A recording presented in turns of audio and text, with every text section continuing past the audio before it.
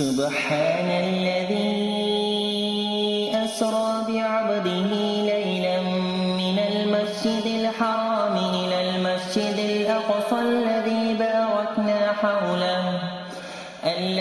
باركنا حوله لنريه من آياتنا إنه هو السميع البصير.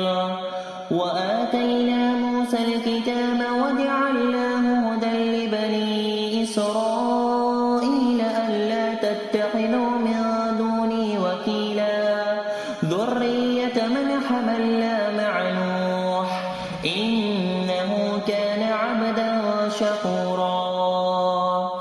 وقضينا إلى بني إسرائيل في الكتاب لتفسدن في الأرض مرتين ولتعلن علوا كبيرا.